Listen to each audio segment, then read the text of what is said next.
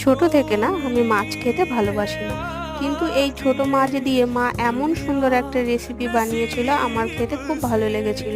তাই আজকে আমি নিজেই ট্রাই করলাম। মাছগুলোকে ভালো করে ধুয়ে লবণ হলুদ মাখিয়ে নিয়েছিলাম।